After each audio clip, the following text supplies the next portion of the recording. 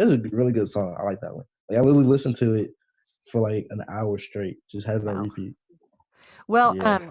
I think we'll do that one today, and we're going to do Satisfied, and we'll also do 10 Dual Commandments if we can get to all those. So, anybody, did you all take the quiz on that video? What did you get out of the video? I heard that a lot of hip hop artists that like a lot of people listen to, they like the musical personally, like Chance the Rapper, like Jay-Z and Kanye, and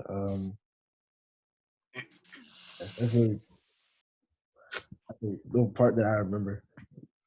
I took it a minute. And that video is called A Musical for Anyone. Why did they title it that way? It reached a bunch of audiences, like people who liked history, people who liked rap music, or I guess they called it hip hop. What was the other one? And musicals. Like it reached all those separate groups and brought them together, kind of.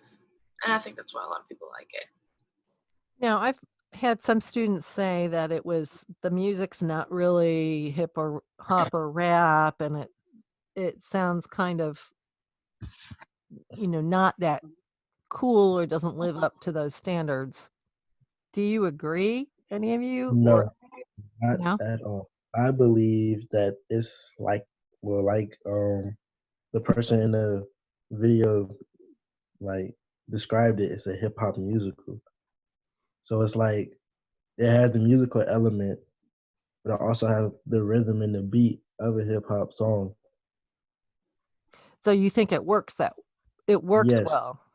Yes. Way. See, I think people are just so used to listening to the hip hop music that we have now to the hip hop music that feels like it would be good for that like time period and the musical element. Like I feel like probably rap music has probably evolved since then, or I don't even know if it was probably a thing then, but like if it were in that period, I feel like it wouldn't be the same as it is now.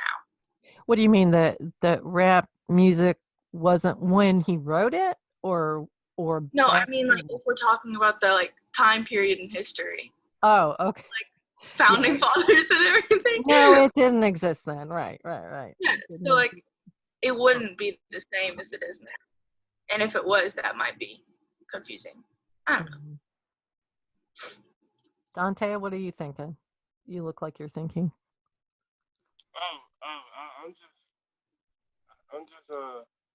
I'm not really thinking. I'm agreeing with everything. All right. Well, I'm going to share my screen. We're going to look at the lyrics. We're going to start with Satisfied. So while I'm doing this, let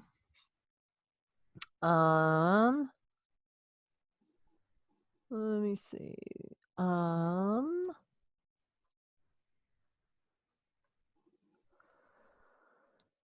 Okay, here we go. I forget what I was going to ask you. I'm sorry, I haven't had enough coffee, obviously. We're going to go to Satisfied. Oh, who knows who sings Satisfied? Whose song is this? It's the Angelicas. Okay. And what do you know about her by this time? Or do you remember? What's happening in this one?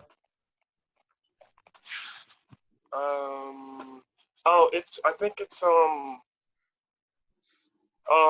during the wedding, like her feelings towards Hamilton during the wedding when Eliza marries Hamilton. Okay. And she's expressing all of her like feelings, like expressing like the first time she meets Hamilton, and then like basically of her being like a Skylar sister and all that stuff. I think. Yeah, that's the song, I think. Okay. Yep. I think you're right. Okay, I'm going to move things around.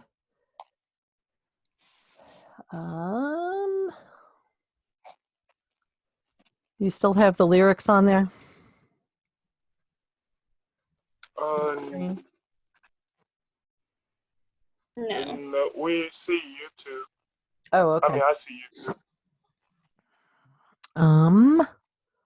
Let me see. Wait for it. Okay, we want to go back from wait for it. I don't know why I can't figure it out here. No, I don't want wait for it. I want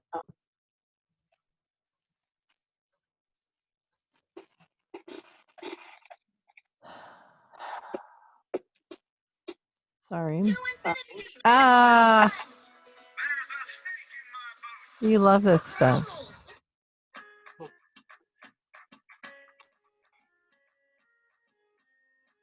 This isn't what I wanted to do. Okay, that's Ori's favorite. We want to find satisfied.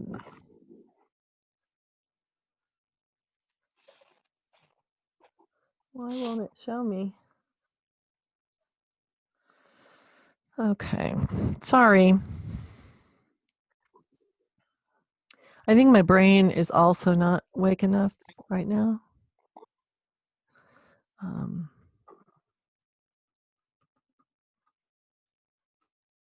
Here we go. All right. That's what I'm talking about. Can you see the lyrics now? Yes. Okay. Yes. The maid of honor, Angelica Schuyler.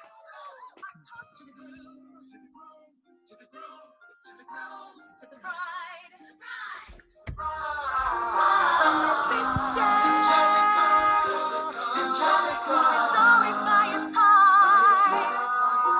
To your union, the revolution, and the hope that you provide. May you always be satisfied.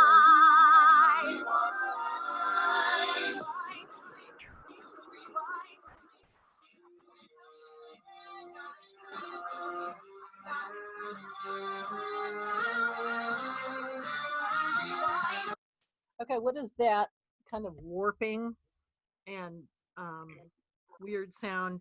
What does that indicate a transition to? She's making a toast, and then you get that weird warping stuff. Flashback. Okay, flashback. She's going into her mind too.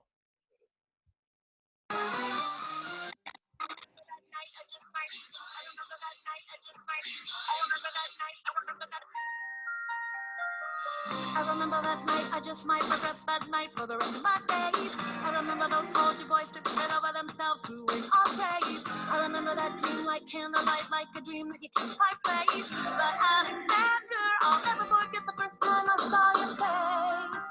I have never been the same. Intelligent eyes in a hunger pang frame. And when you said hi, I forgot my dang name. Said my heart aflame, every part aflame. This is not a game. Strike me as a woman who has never been satisfied.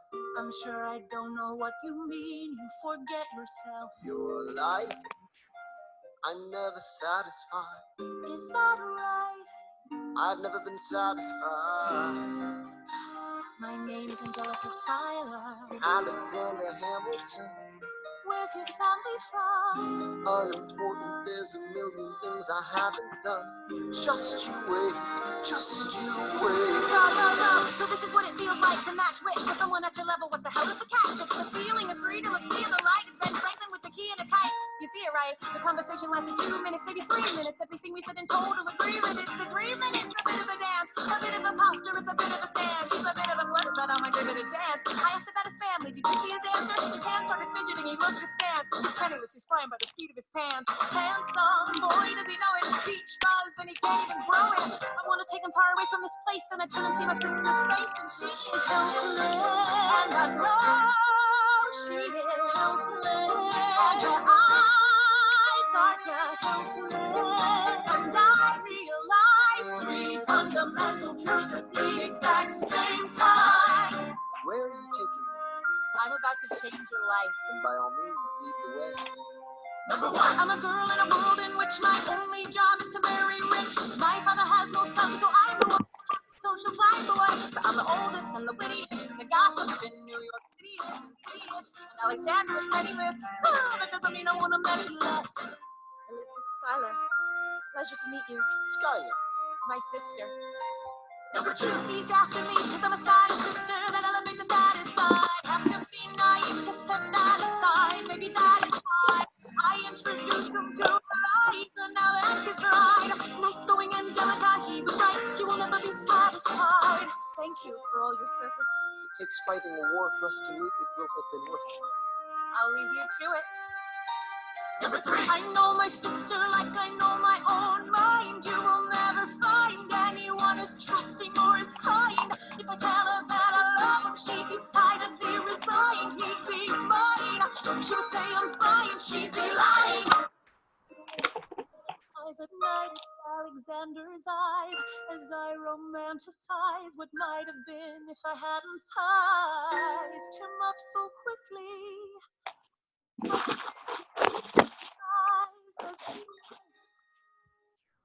At least I keep his eyes in my life. To the groom, to the bride, sister, Angelica is always by your side. With the hope that you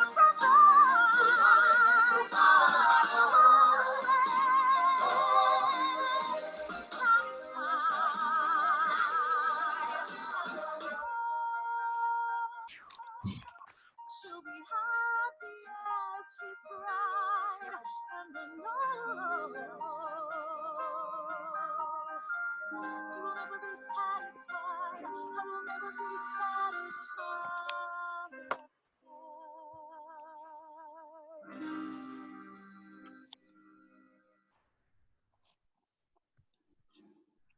Okay. This is a good one with which to talk about economy. So let's look at how this is organized. So we know Angelica's the speaker, right? Now it starts out with Lauren's though. And what's Lauren's role in this scenario? What is the scenario? Where are they? What's happening? They're at their wedding. And Lawrence is doing the job of the MC or the best man or something. And so he says, okay. So, you know, at a wedding reception, at least now, I don't know if it was like this then, but at least now, you know, you have the best man and he is inviting people to make toast. So he says, Angelica, okay, the maid of honor, Angelica Schuyler. So Angelica's job is to make a toast to the couple. So she does that. And notice here they say to the union. And so they mean to the marriage union, but also to the revolution in which the states and the colonies are united. And the hope that you provide, may you always be satisfied. So that theme, the theme of are you satisfied, and the in the context of people who are ambitious and striving, and that's what we know that they're doing. Okay, then like we said, so there's that she's giving the toast, it's interrupted with her very fast memory. So what do you learn about her mind when this happens? She's in the middle of a toast and she flashes back to this memory of when she met Hamilton and introduced him to Eliza. What do you learn about her mind?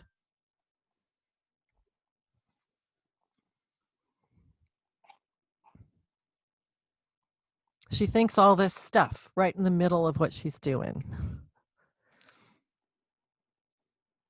This memory goes through her head. She thinks that Hamilton is like only talked to either of them because they had a high, or they're gaining a high social status. Right.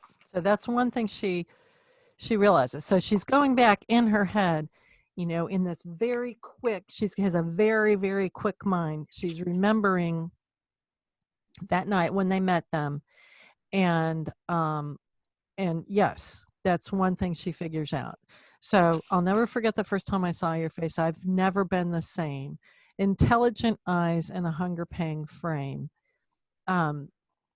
She and Eliza are always talking about his eyes, and if you know what Miranda looks like, his eyes stand out as his best feature. But and she had, and when Angelica meets Alexander, I forgot my dang name, my heart of flame. So she has this immediate response to him, and she could have gone for him. She could have. So there's their first encounter, and she asks about his family, and he avoids the question. And so her response is, "This is what it feels like to match wits with someone at your level." So what does she realize in that first few seconds with him? What does she realize about him in relation to herself? That he's as intelligent as she is. And she hasn't had that experience before. The feeling of freedom, seeing the light. It's Ben Franklin with the kite. What does she mean by Ben Franklin with the kite? What's she talking about? What does that refer to? The discovery of electricity. So this is an electric encounter for her. Conversation lasted 2 minutes, maybe 3 minutes. Everything in so much agreement. So she sizes him up, and she knows he's penniless. He doesn't have family. And what does this mean? Peach fuzzy can't even grow it. What's she talking about there? He's young. He's really young. He's handsome. And she turns and sees Eliza's face. And what does she realize?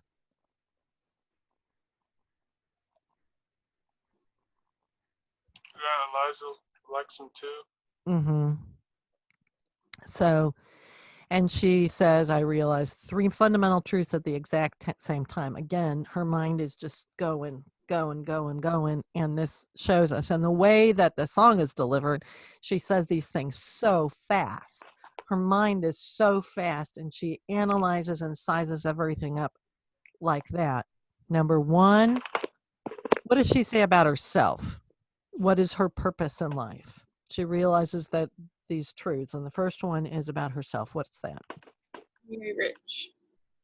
She has to marry rich. She's the oldest. She can be the social climber. Her father has no sons, so she can't marry Hamilton. First thing she realizes. And she says, he's after me because I'm a Schuyler sister. Elevates his status. So is he after her, for this brilliant mind she has? Is that why he's after her? Does that matter to him? No. No. It's just because she's a Schuyler sister. So Eliza would work too. So she introduces him to Eliza because she realizes he just needs a Schuyler sister. He's not after me for me. And then, what's number 2? That was number 2, I guess. Yeah. Nice going, Angelica. He was right. You will never be satisfied. She's setting that aside and handing him over to Eliza. Number 3, I know my sister like I know my own mind. And this verse comes back later in the show. What did she realize about her sister? What would her sister do if Angelica, said that she was in love with Hamilton? She would let it happen. Right, she'd step aside. So Angelica realizes she is still in love with Hamilton, but she steps aside for her sister. So the memories, and so what does she settle with? What does she think in order to make herself be able to accept this? At least my sister is his wife. At least I can keep his eyes in my life. Right. And so, of course, for the rest of their lives, they're in each other's lives, and she does have a correspondence with him, and they have that rapport. So that memory and that analysis, it goes really fast. She talks really fast, and now she's back in her mind. She's at the wedding again. So economy-wise, structure-wise, the situation is in the scenario. It's a mental picture analysis. It's both characterizing her and giving us information and showing us this complex situation in which she accepts her position as somebody who just can't marry who she wants to marry. So it's a complicated relationship, right? Because it's kind of a triangle, but she steps aside and she's good with it. Okay, so then they're back in the toast, and again, to the union, to the revolution, may you provide and always be satisfied. And we know, and then what about Angelica? What are her last lines here? He will never be satisfied. I will never be satisfied. Mm-hmm. So there are two people who are ambitious and they're not going to be satisfied. So what could that foreshadow? What does that foreshadow?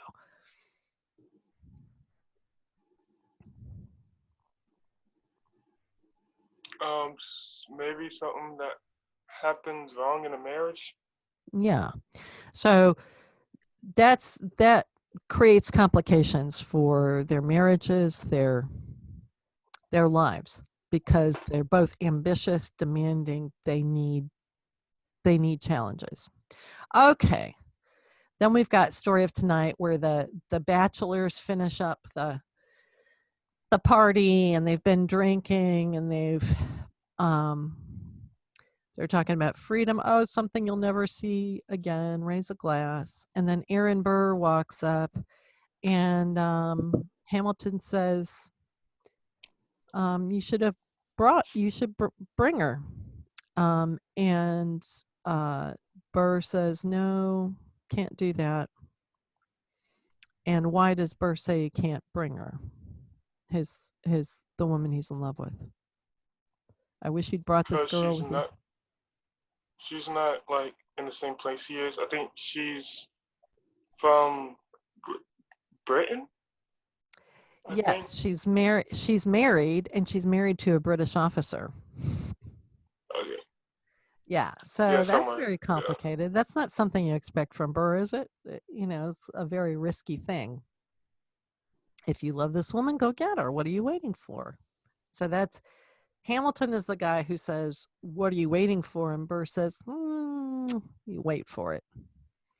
Okay, let's go to this song. Yay. Anybody want to say anything else before we do this one? Okay, this is Ori's favorite. Oops, no. They want to give us Helpless, and we're not going to do Helpless right now. To fly a rocket ship, you Oh, please. no astronaut. Okay. Somehow I didn't get the same soundtrack thing.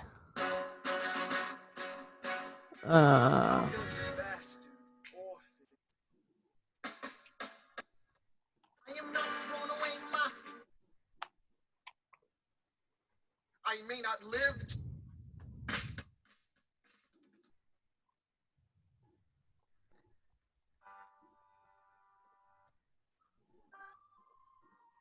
We'll get there.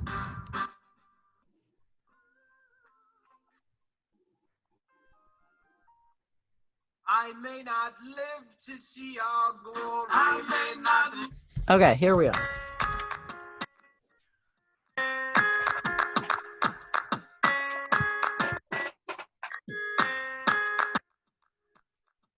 Theodosia writes me a letter every day. Keeping the bed warm while her husband is away.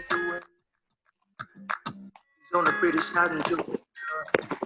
The colonies in line. Well, he can keep all of Georgia. Theodosia, she's mine. Love doesn't discriminate between the sinners and the saints. Takes, and we keep loving anyway. We laugh and we cry and we break and we make our mistakes. And if there's a reason I'm by her side, but so many have tried, then I'm willing to wait for it. I'm willing to wait for it, wait for it, wait for it. My grandfather was a fire and brimstone preacher. But there are things that the homilies and hymns won't teach you. My mother was a genius. My father commanded respect. When they died, they left no instructions, just a legacy to protect. Death doesn't discriminate. Sinners and the saints, it takes and it takes and it takes, and we keep living anyway. We rise and we fall, and we break and we make mistakes. And if there's a reason I'm still alive, and everyone who loves me has died, I'm willing to wait for it, I'm willing to wait for it. I am the one thing in life I can control. I am inimitable, I am original. I'm not falling, I don't know I'm not standing still, I am lying wait. Hamilton faces in the less uphill climb. He has something to prove, he has nothing to lose. Hamilton faces relentless, he wastes no time. What is it like in his shoes? Hamilton doesn't hesitate, he exhibits no restraint. Takes and he takes and he takes and he keeps winning it. Changes the game, plays and he raises the stakes. If there's a reason he seems to thrive and so few survive, then goddamn it, I'm willing to wait for it. I'm willing to wait for it. Life doesn't discriminate between the sinners and the saints. It takes and it takes and it takes and we keep living anyway. We rise and we fall and we pray and we make our mistakes. And if there's a reason I'm still alive and so many have died, then I'm willing to wait for it, wait for it, wait for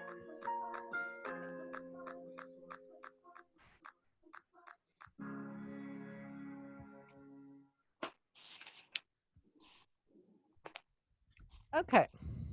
Absolutely. What's the context of that song?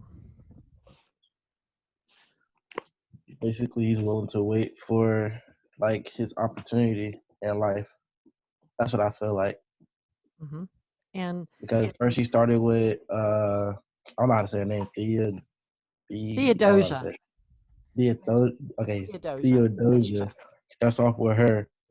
He talks about how his grandfather was like a preacher or something. Then his mom and dad died, mm-hmm. and like they left no instruction. And then like, but it just had legacy to protect. And then he just kept saying, "Wait for it." And then after you scroll down a little bit more, mm-hmm. it was like part of the hook. Okay, yeah, he said, if there's a reason I'm still alive when everyone who loves me has died, I'm willing to wait for it. It's like he's just waiting for, like, I guess a sign or something to come into his life. Okay, and he says, okay, so what's different about him and Hamilton? Hamilton and he are both orphans. What's different about their situation? Hamilton has nothing to lose. Hamilton does? He says Right. Hamilton doesn't. Legacy to protect. Who does? Who has a legacy to protect? Burr. Yeah. So he comes from a family with money and status and position who'd been in the colonies for a long time. And of course, Hamilton didn't. So he's got nothing to lose. So, and Burr says, I am inimitable. What does inimitable mean? He cannot be imitated. Right. I'm an original. And so he says about his waiting, he's not falling behind or running late. Why is he waiting, and how does his waiting function? I'm not running late. I am not standing still. I'm lying in wait. So that's different than just being apathetic, right? What does that mean? If you're lying in wait, what are you waiting for? Like, Who lies in Opportunity wait? or like a chance. I like to say like an opportunity. Right, or prey. Something that you're going to take advantage of, prey or opportunity. And so, and they have him thinking about Hamilton. Now he compares himself to Hamilton. He describes Hamilton. He changes the game. He raises the stakes. So Hamilton is this force to be reckoned with. He changes the game for people, including Burr. And he always takes action. And Burr says, I'm willing to wait for it. Now, this refrain that keeps going, life doesn't discriminate between the sinners and the saints. It takes and it takes and it takes. What else doesn't discriminate? He says up here at the beginning. What else doesn't discriminate between the sinners and the saints? Love. And then he says, my grandfather was a preacher. So between the sinners and the saints, he thinks about that. Does he think he's a sinner or does he think he's a saint? He says it doesn't matter. Hamilton, then he says life doesn't discriminate. Oops. And what else doesn't discriminate? Let's find it here. I scrolled too far. There it is. So love, life, and what? Doesn't discriminate. Death. Okay. And that comes back, right? Okay. So we have this nice little piece here in the middle with Burr. And this is his refrain. Wait for it, wait for it, wait for it. And later on, we'll see that gets turned on itself. What is, yeah, Dante? I just wanted to like add something, but I can say that for like the last part. Okay. What is Hamilton's motto? If Burr is wait for it, what is Hamilton's motto? What song states his approach? Not throwing away my shot. Yeah. So you've got, and there are a number of others too, but that's the key one, my shot, and then wait for it. So these become very important in the next half of in the whole thing. Okay. Any comments on that? Oh, can I? Yes. Yes. Can I? I was just like, when we was like discussing, I was just like thinking of this idea, and then I was like looking at the lyrics, and like I never like when I like look close at it, I never like realized it, but like basically the audience see more of Burr's character, especially through this song, because like we first see him in the Aaron Burr saying "talk less, smile more," and then definitely throughout the whole musical of he don't, just like when he's trying to like get with Theodosia, he don't really like choose a side, because like during this song he don't believe that he like won the battle, because he's not with the woman he won't. And that's basically throughout like the whole musical, because he never chooses a side. He disagree with Hamilton and like the other guys in My Shot. He don't support like anybody. He only support himself. So like his like phrase "talk less, smile more" is basically him just, we see more of his selfish need, that he only sees like his side first and foremost. That's right. And Hamilton repeatedly says, you don't remember that beginning. If you what is it? What do you stand for? You'll fall for anything. If you don't take a stand, you'll fall for anything. And basically you see him. And what does he do later? Dante, maybe the others of you remember this. He switches parties. Why does he Oh yeah. switches parties? Political parties later on after the war, and he switches political parties. And why does he do that? I think I don't know, but I think it's to become president, or is that? It's before that. It's before that. yeah. Oh no, he wants political power, just like Hamilton, I think, because like in his state, his job, he doesn't have that much, power ability like Hamilton does. Yeah, and he sees, and specifically, Hamilton's father-in-law, Philip Schuyler, was a senator from New York, and was up for re-election. And Burrs sees, maybe I can beat him. So he switches. He was in the same party with Philip Schuyler. He switches parties so that he can run against Philip Schuyler because he thinks Philip Schuyler's not all that popular, and he wins. So he takes the Senate seat away from Hamilton's father-in-law because he just switches parties, not because of what he believes or what he thinks, but because he can win that way. Okay, so next, Stay Alive is about, what's Stay Alive about? Stay Alive. Mm-hmm. Is that the second? Is that the second? The second one, Stay Alive, Stay Alive reprise, or the first one? No, it's the first one. Oh. Dang, I'm trying to remember. Isn't it when they was in the war? Yes. Lawrence. Oh yeah, Hamilton. Lawrence is in a duel with Charles Lee, I think. Not yet. We're not there yet, but we're getting there. This leads up to that. So, Washington is fighting. The cavalry's not coming. That they're losing, and Hamilton comes up with a strategy.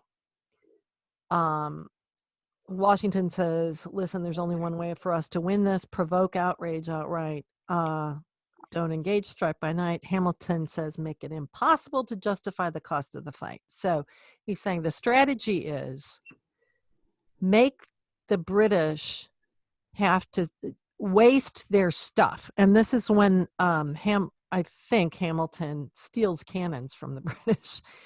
And so they make them waste all their ammunition, use them up, just drain them dry. So the king has to go to Parliament, ask for more money to fund the war.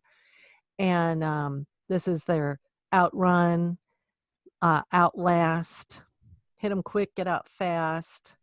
So keep them spending money. Then, as Dante says, I stay at work with Hamilton. We cut supply lines, steal contraband. And then he promotes Charles Lee to second in command. And then what happens to Charles Lee's, what happens in the battle, and what does Lee end up doing? He yields. Yeah. And what do Washington and his friends think of that?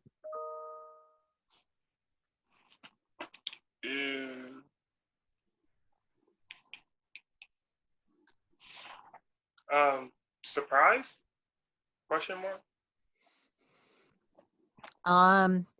They don't like it, and Charles Lee then starts talking bad about Washington, and so what do?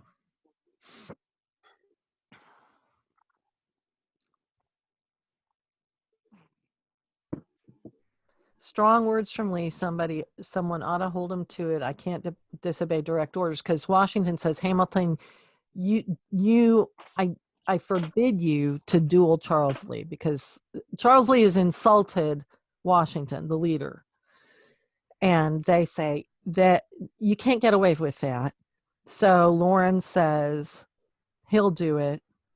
So then we get the 10 dual commandments. Okay, so why is that apart from this duel? So this is a duel. Why you should have read the rest or listened to the rest of the recording by now. Why is the 10 dual commandments important?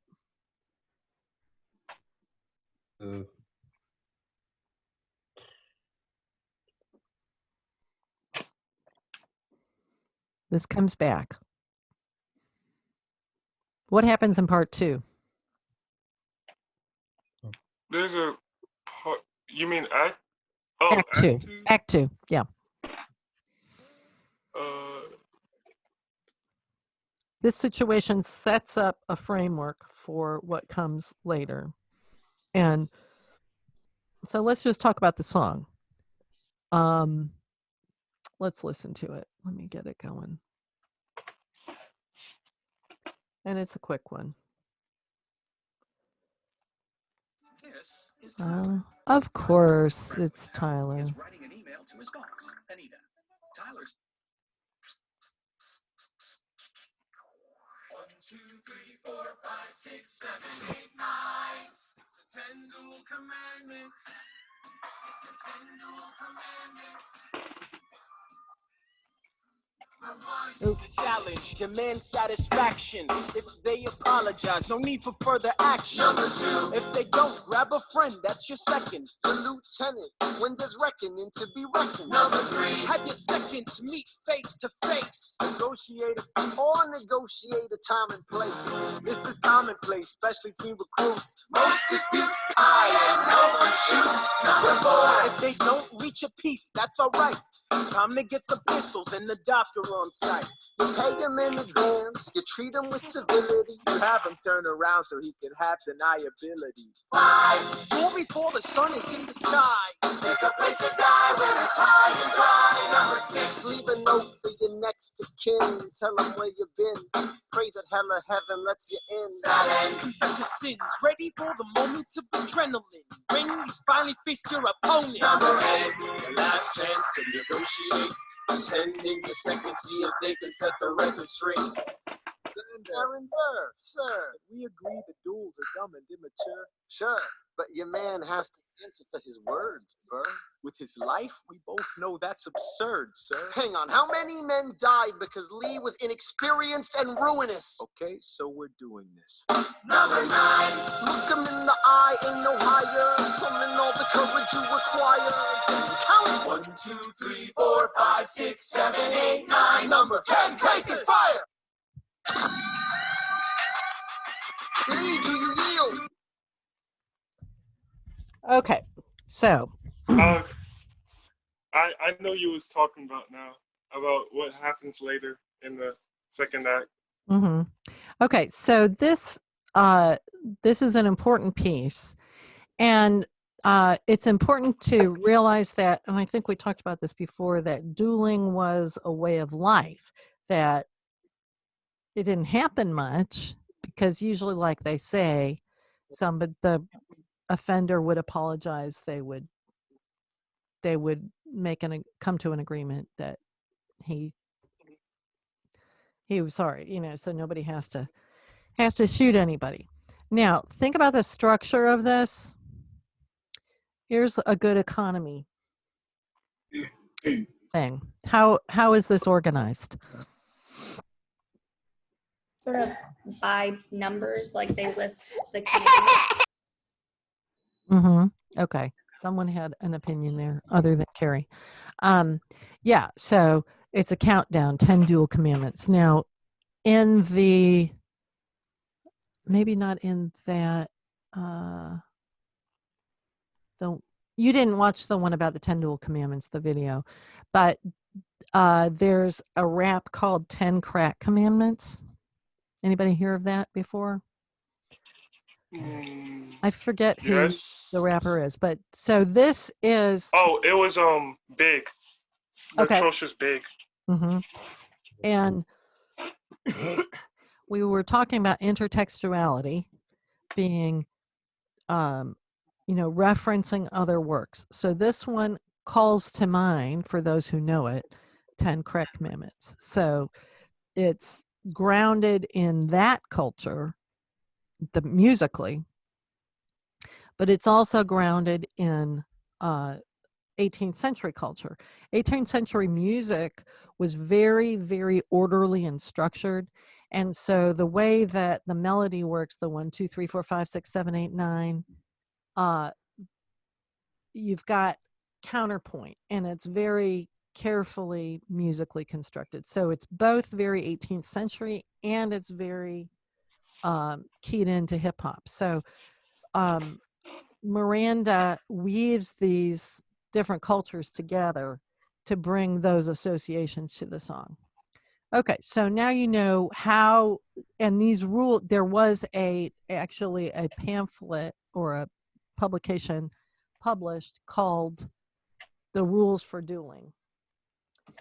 I want to do one more song. History Has Its Eyes on You. I want to do that one. I like Guns and Ships. That's a wonderful one. I was younger than you are now. When I was given my first command, I led my men straight into a massacre. I witnessed their deaths firsthand. I made every mistake and felt the shame rise in me. And even now I lie awake, knowing history has its eyes on me.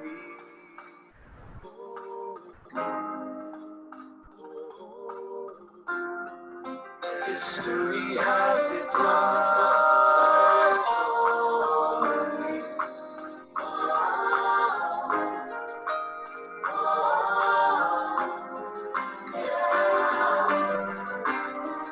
Let me tell you what I wish I'd known when I was young and dreamed of glory.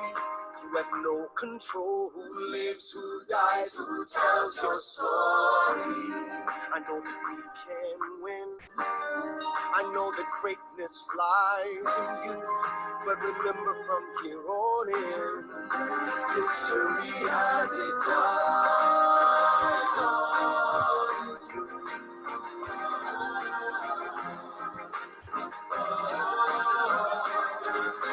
History has its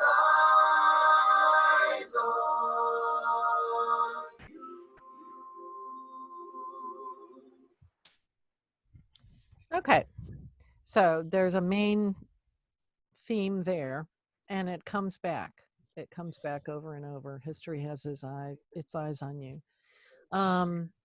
And Washington passing on his wisdom. Okay, so for next time, let me get the agenda here. For next time, I want you to write up some spider notes on a song from Act 2. And then there's a discussion set up to contribute a comment on intertextuality. Now, I just said that big word, inter, between texts. What do you hear and see that refers to something else, that makes an allusion? If you catch it, if you catch something, or if you go into YouTube and you look for the analysis, there are some really good, and it's by a guy named Howard somebody. Anyway, you can contribute there, like I just did with the 10 Correct Commandments. You'll find a lot of that in Howard Ho. That's his name. He does a bunch of analysis videos. If you find one song you want to learn about and find it in his YouTube videos, that might be good. Post on intertextuality.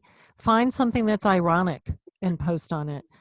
If there's something you don't understand, you don't get, post a question. And let's try to contribute to these or check them every day before we meet again on Friday. And I will post another extra credit challenge. So in class, I'll ask you to direct the discussion with maybe using your spider notes.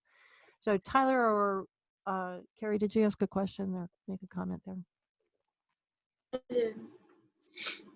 Good. Good. Any questions? No, ma'am. Okay. So I'll see you on Friday, right? Yes, ma'am. Yes, ma'am. Okay. Enjoy the sunshine, cool weather. Go outside and put your headphones on and listen or something. Take a walk. Okay. Thank you. See you Friday. Bye, y'all. See ya.